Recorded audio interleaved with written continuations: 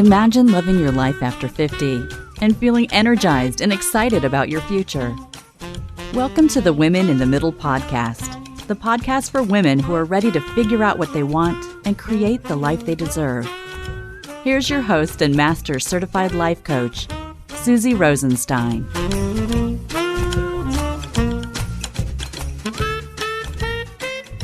Hey there, welcome back to the podcast, Women in the Middle.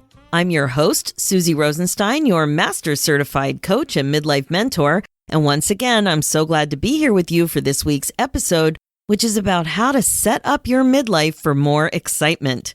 Specifically, I'm talking about reviewing 7 ways to bring excitement back to your future. And I must say, I was pretty proud of myself when this little title for the episode fell into place. It's funny with naming these episodes. I usually play with the words quite a bit before I nail it down and create the little graphic. And this title made me smile. 7 ways to bring excitement back to your future. Emphasis on your future, because that's really what we're talking about today, the groundwork. What will support you as you create what it is that you want in your future. This is going to be a good one. So many of you complain about this. It's almost like, what happened? I used to be so much fun. I get it, totally. And don't worry, you are not alone. But first, this episode is sponsored by the 50 Unplugged Mastermind. Applications are now open, and when you join, the virtual July retreat is included and just around the corner. Now, let me tell you why the 50 Unplugged Mastermind just might be perfect for you. You have probably figured out that feeling tired of being stuck and confused about what you want to do going forward kind of sucks. And, maybe it's your job, maybe it's the empty nest thing, or maybe you've been in a bit of a midlife funk for a while now. Whatever it is, it feels like a big, frustrating waste of time. And as you know, time is a big deal now, and it's too precious to waste. You might even feel with the pandemic and all that it's not the right time for you to be thinking about your future. I get that, but my friend, I actually think it's an amazing time to be thinking about your future on purpose. Dreams, ideas, plans, it all starts with your mind and learning how to make this kind of thinking a priority for you. If you don't prioritize the thinking part, nobody will, and more valuable time will likely fly by. 50 Unplugged is really the best way to work together to help you work through all of this. You learn to focus on what you can do with your next chapter instead of what you like to think about, which is what you can't do. It's with an intimate group of women, too, who are ready to make a serious commitment to themselves to work on creating a big personal transformation and finally being crystal clear about what it is that they want. Now, this is pretty powerful. Imagine becoming courageous in midlife, now, of all times. Trying things that you used to be afraid of. Getting out of your own way so that you're more comfortable and intentional about allowing yourself to be happier. Knowing what you want and being excited about it. Imagine finally putting yourself first and not feeling guilty. Big difference from the way things are now. The thing is that there is a cost to staying stuck, and you probably don't think about it this way, but regret can be painful. So if you are ready to roll and do some serious but fun work on yourself to finally get out of your own way, head right over to www.talktosusie.com and grab your Kickstart call. Let's talk about if this mastermind is a good fit for you. Okay, speaking of excitement, let's dive into today's topic, which is how to actually set up your midlife for exactly this, more excitement. Kind of like laying the groundwork so that it's easier for you to move in that direction, because for sure, you haven't been doing this. We were laying the groundwork for excitement in our 20s. Think about it. Maybe in high school, but it's been a long time. And if you are like so many, you figured out what you wanted, perhaps a degree from a certain college, a career direction, getting married, buying your first house, traveling, and you basically set yourself up to accomplish exciting goals. And then 25 years or so went by, and nothing major has likely happened to set your next chapter up for excitement. I'm not saying that exciting things didn't happen, but what have you done to set yourself up for that next exciting chapter? Perhaps you haven't given it much thought other than it just feels so daunting or confusing. I'm always confused. That's my favorite emotion. It's my go-to way to stay stuck. Oh my gosh. Okay, so let's talk about being excited. Here's how excitement is defined. It's a feeling of great enthusiasm and eagerness. So when you break that down, you want to be eager and be enthusiastic about your midlife plans, your career, your next chapter, your milestone birthdays, aging, and your empty nest, that sort of thing. Synonyms are words like delight and anticipation. Who and what do you think about when you think of someone who has an exciting life? Who is that person in your mind? Do you go to someone you know or someone you don't know, like perhaps someone famous? Why did that person pop up in your mind, do you think? Was it wealth, fame, flexibility, beautiful home, fitness, lots of friends, lots of travel, type of job, type of family, flat stomach, grandchildren, great marriage? Who knows? There's so many reasons to be excited about. And guess what? They're not the same for everyone. Now, you might get excited about the idea of more travel in your life. I know now's a little weird, but in general, in the good old days, someone else might get excited about less travel in her life. You might get excited about being really social and active and having tons of friends and opportunities with people. Someone else might get excited about finally honoring her introversion and be excited about focusing only on a few close relationships. There's no right answer here. What matters is to figure out what it means for you. And I wonder if you noticed that excitement is a feeling. As a listener of the podcast, I'm sure you know what that means. Feelings are caused by thoughts. Therefore, the way you think about different aspects of your life and your plans will actually create your feelings. Taking that one step further, if you want more excitement in your midlife, in your next chapter, it's going to come down to what goes on up there in your brain. Your thoughts, the way you think, your actual sentences in your mind, those little things. Your thoughts will create the feeling of excitement, or like I said, enthusiasm, eagerness, being delighted and full of anticipation. Your thoughts will create those feelings. Now let's take a little walk down memory lane, shall we? I remember a few times in my life I was tingling with excitement about my upcoming plans, my next chapter. The first example is high school marching band. Band camp, to be specific. I know there's a lot of jokes made about band camp, but for this example, it's not a joke. Now, not so much the first summer just before 10th grade, though. I was excited for sure, but I didn't understand the depth and meaningfulness of the experience that I was on the brink of having.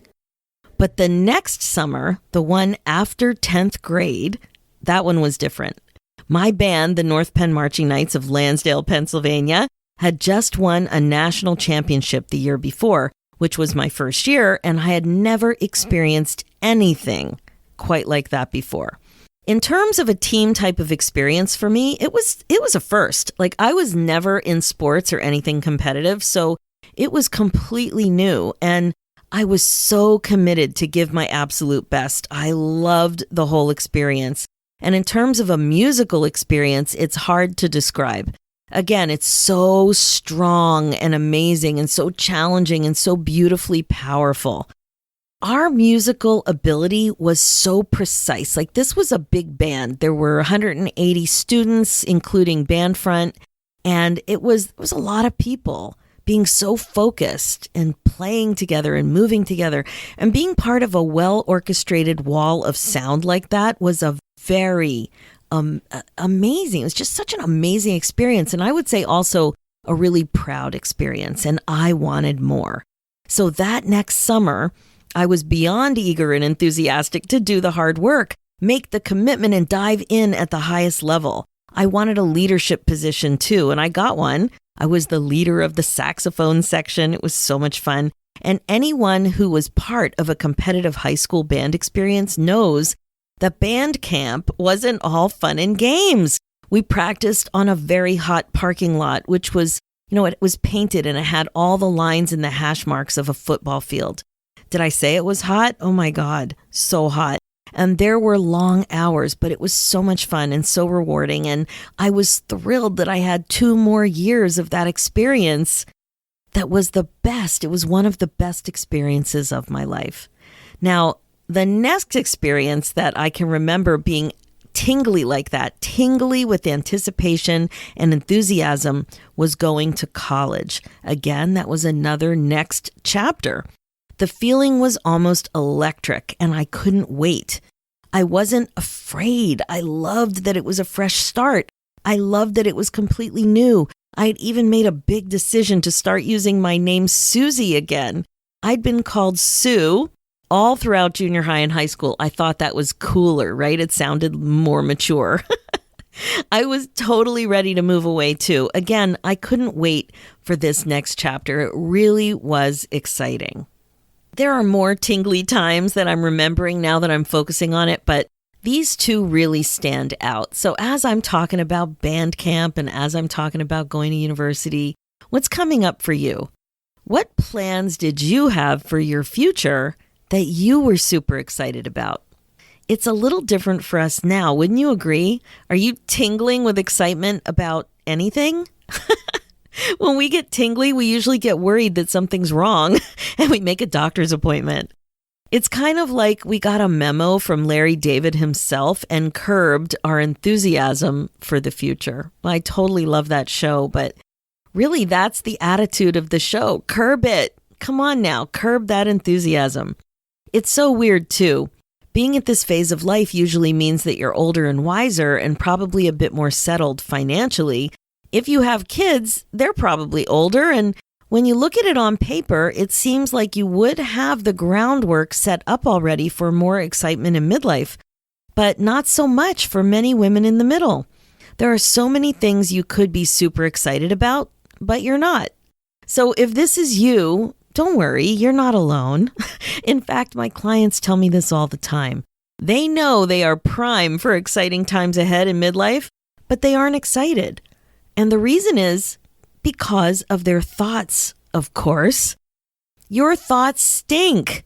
Not about everything, but if this is resonating for you, the reason you're not excited is because of your stinky thoughts. And that's what's going on for you. It's not that you have a character flaw, that you're not capable of feeling excitement about your future, about aging, about empty nest, about any of that stuff. It's also not that you're boring.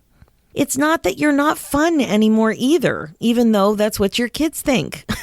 It's not that it's impossible or that you don't deserve it either. The answer, my friend, is that you're allowing your mindset to block you. You're basically getting in your own way without your permission. So what's happening instead is that you're trying to climb a mountain without the right gear. Now, do you have a confused look on your face? Was that a weird analogy? I'm doing my best.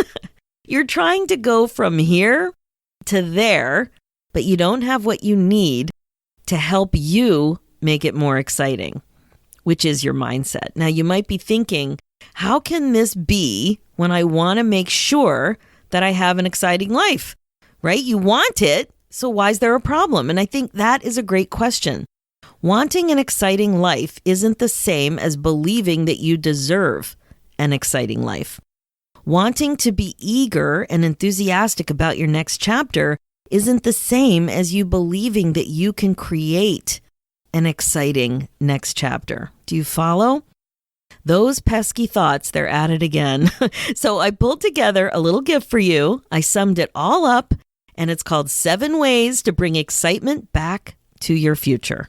Okay, the first thing you need to do to lay the groundwork for your exciting next chapter is to know your why.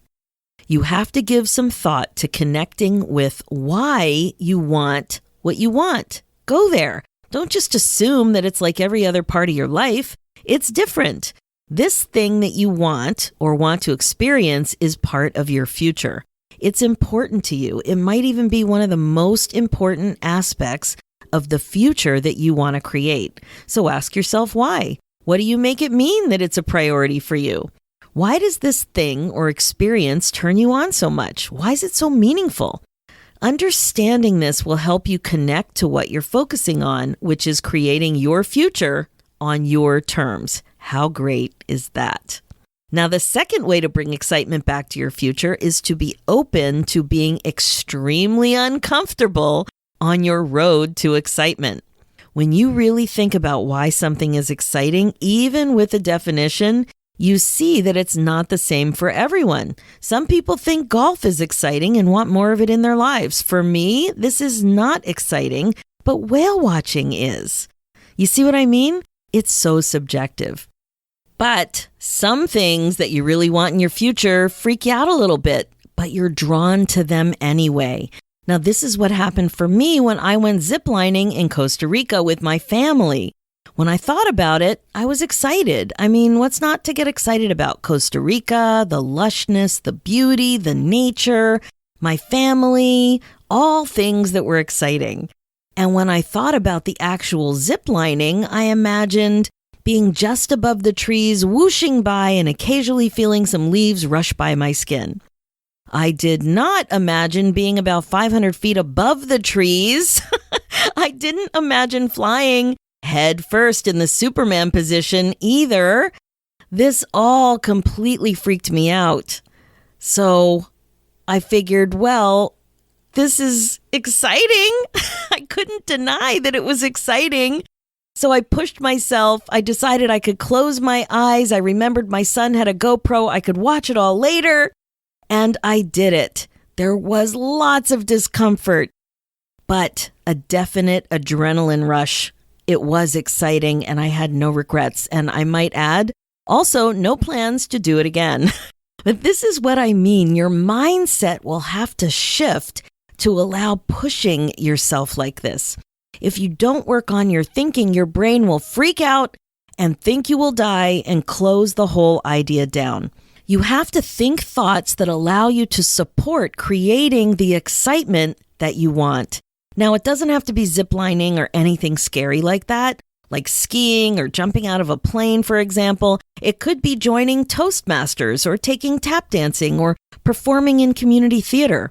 You might have an idea for an experience you want, but then close it down because it's too scary. The idea of this tip is to be open, to be prepared for allowing discomfort to bring excitement back into your future. It is going to be uncomfortable, but this means thinking on purpose so you're ready. The third way to bring more excitement back into your future is to simply allow yourself to dream. This usually means two things. First, you need to be more structured with thinking about what you want. And second, you need to be more playful with your ideas. Here's what I mean. Being more structured might mean that you actually have to have prompts to help you remember to dream. You might need to do a vision board, or you might need to sit down and have a prompt in your journal. It's so common at our age not to bother. We tend to be so practical and it feels indulgent to focus on things that aren't. And this gets you into the no dream zone pretty quickly. Now, the other thing I mentioned is the idea of being more playful. And what I mean is allowing yourself to entertain ideas and not be judgmental about them.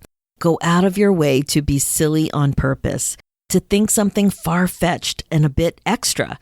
Sometimes you don't end up focusing on the first out there idea too much, but it served its purpose enough to jostle your brain a bit to think differently. You never know. Maybe it'll work. Maybe it can work. Maybe it will be amazingly exciting when it works. Okay, the fourth way to bring more excitement into your future is to ask yourself to be honest about what you don't want to regret. Now, it might be a purchase, it might be an experience, it might be a habit. Sometimes it can be challenging to nail down thoughts about regrets, but trust me, thinking about regret proofing is a way better idea than experiencing regrets. And when you regret proof your life can be pretty exciting. You're doing all kinds of things with intention, no matter what. Okay, the fifth way to bring more excitement into your future is to become a planner. I would bet on two things. I bet you're a great planner for everyone else in your family and have been for most of your adult life.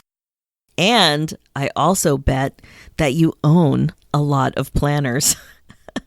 Here's the thing. Having a planner and being a planner for everybody else is not always going to work to help you go out of your way big time to plan what it is that you want to create this exciting future. Nothing happens by accident. It takes colossal effort to move the dial forward on your life. And when it's an exciting life that you're after, you have to work on your mindset and learn how to think on purpose so that you're prepared to create the feelings necessary for a commitment to this type of effort. Seriously, working diligently on creating what you want will pay off, but it will take focus and you will need some clean and intentional mental hygiene to keep your mindset in check and working for you, not against you. Here's one of my examples. A few years ago, I decided to focus on taking several really special family trips with all of my kids, my 3 sons, before it was no longer possible. So do you know what I mean? It gets more difficult when the kids get older. So I wanted to book these trips, really special trips, before there were job commitments, girlfriends, like other people and things that got in the way that made the kids want to put their commitment elsewhere. So I talked to my husband about it. I'm like, I think we need to make this a priority. So we decided sailing was going to be a good way to do it. We're going to take a sailing trip. So we took the first sailing trip in the summer, and it was fantastic. So it was when there was a time where there wasn't camp. So that was a whole phase where we couldn't take summer trips. And then that phase ended and we were able to go away in the summer. Well, it was an amazing trip, but there were 2 hurricanes in 1 week, and we were on a sailboat, but that's another story for another episode. I did blog about it, and I'll put the link in the show notes, but yikes, nothing like watching a hurricane, like hurricane force winds from the porthole that's only a foot or so above your head in bed on a sailboat. But I digress. Anyway, the kids started to go off to college. And then things became more complicated in terms of finding a time, like I mentioned, that everybody could go on a trip together, this family sailing trip. And it looked like Christmas week was the most guaranteed time for us to travel, that was actually going to be the easiest. Of course, it was also the most expensive, but that's what it looked like. Everybody had different schedules and different universities and different exam schedules. Anyway, then I had that realization that I needed to plan this sailing trip, and if it was going to be over Christmas with kids this age, I'm just going to need to do it like way in advance. And when I spoke to the sailboat company, it's really cool, but to get this kind of a trip on a Christmas week at one of the destinations that we specifically wanted because of scuba, it needed to be 3 years in advance. Can you believe it? 3 years in advance. And that's what I thought. Are you kidding me? This is crazy. How can we plan in advance? How can we expect the kids to plan in advance? But I was really committed to it. And I'm like, well, it is Christmas week. Everything does seem to stop for that week. We celebrate Hanukkah, so that wasn't a problem. So I was like, you know what? I think this is going to work. It seemed crazy when I realized what I needed to do to make it happen. And I definitely resisted it. Like I just explained to you, can this really be true? 3 years? But the more I talked it through, the more I realized that to create this amazing and exciting experience for my family, this is how it was going to have to happen. This was the exciting life that I wanted. So big time planning was definitely in order. So here are some thoughts that might be useful when you have to prepare yourself to think on purpose like this, to plan. So something like, I know that this effort will create what I want. I'm learning to enjoy creating more excitement in my life. Instead of rolling your eyes like this is ridiculous. I'm learning to take planning seriously if I want to create my life with intention. So those 3 thoughts are the type of thoughts that might be useful for you, and you really won't know till you give it a try. But if you're trying to plan something that you're really excited about and you know will help you bring excitement into your future, then you probably are going to have to go above and beyond to make it happen. Okay, the 6th way to bring more excitement into your next chapter is to say yes more often. Now, this concept is as much about planning, well, unless it's about remembering to plan, to think on purpose, that is. It's about getting used to saying yes instead of what you're likely to be more attracted to saying, which is no. And a lot of times you'll say no out of habit. Now, there are so many reasons why you might love saying no. And I agree, getting better at constraining and being more simple in terms of your life in general, there's a lot of support for that. There's a lot of reasons why that's a good idea. And there are many times when saying no is the best idea. But what I want you to do is to tune into why you're saying no. And if it's fear, I would like to suggest that you reconsider. Making fear-based decisions isn't usually the best way to make a decision. There are so many times that saying yes will open the door to a fresh perspective or meeting new people or being exposed to new ideas, having new experiences. And this is often the stuff that excitement is made of. And here we are, the 7th way to bring more excitement back into your future, to believe that you deserve it. Yes, I said that. Believing that this amazing, exciting life that you think about others having can also be yours, that you're worthy, that you deserve it, and that you have the ability to create it. This, my friend, comes directly from your thoughts. It's not your DNA. It's you believing in yourself to be able to go out there and create it according to your personal definition. The life you crave can be yours. Excitement is a feeling. Feelings come from your thinking. That's it. As intellectually simple as that. If you only think that this sort of thing exists for those fancy people, those famous people, those lucky people, that type of thinking won't create the result you're looking for. Believing that you're worth it will. Bringing more excitement back into your future is only a thought away. That's it for this episode. I hope you enjoyed really thinking about those 7 ways to bring excitement back to your future. There's so much insight that can be had from really incorporating those kinds of ideas into your life. Now, my focus as a midlife coach is to help you waste less time spinning and feeling stuck. I think it's time for you to get excited about your life again. Being the queen of your brain domain is the best way to be. Check out the show notes with more information and links at SusieRosenstein.com. Download my free ebook, 9 Secrets to Get Unstuck in Your 50s at www.susierosenstein.com/9 secrets. And do you want to connect more with me in the future? Join the free Women in the Middle community Facebook group where we continue the podcast conversation. Head over to www.facebook.com/groups/Women in the Middle community. You can also work with me directly and start to make these changes that you keep talking about. Let's focus on you going from being stuck and confused to being crystal clear and excited about your future already. Enough wasting time, my friend. Book your free call and let's talk. The 50 Unplugged Mastermind is just what you're looking for. Head over to www.talktosusie.com. Let's do this, ladies. It's time for you to put yourself first, one exciting thought at a time. Thanks so much for listening, and I can't wait to talk to you next week.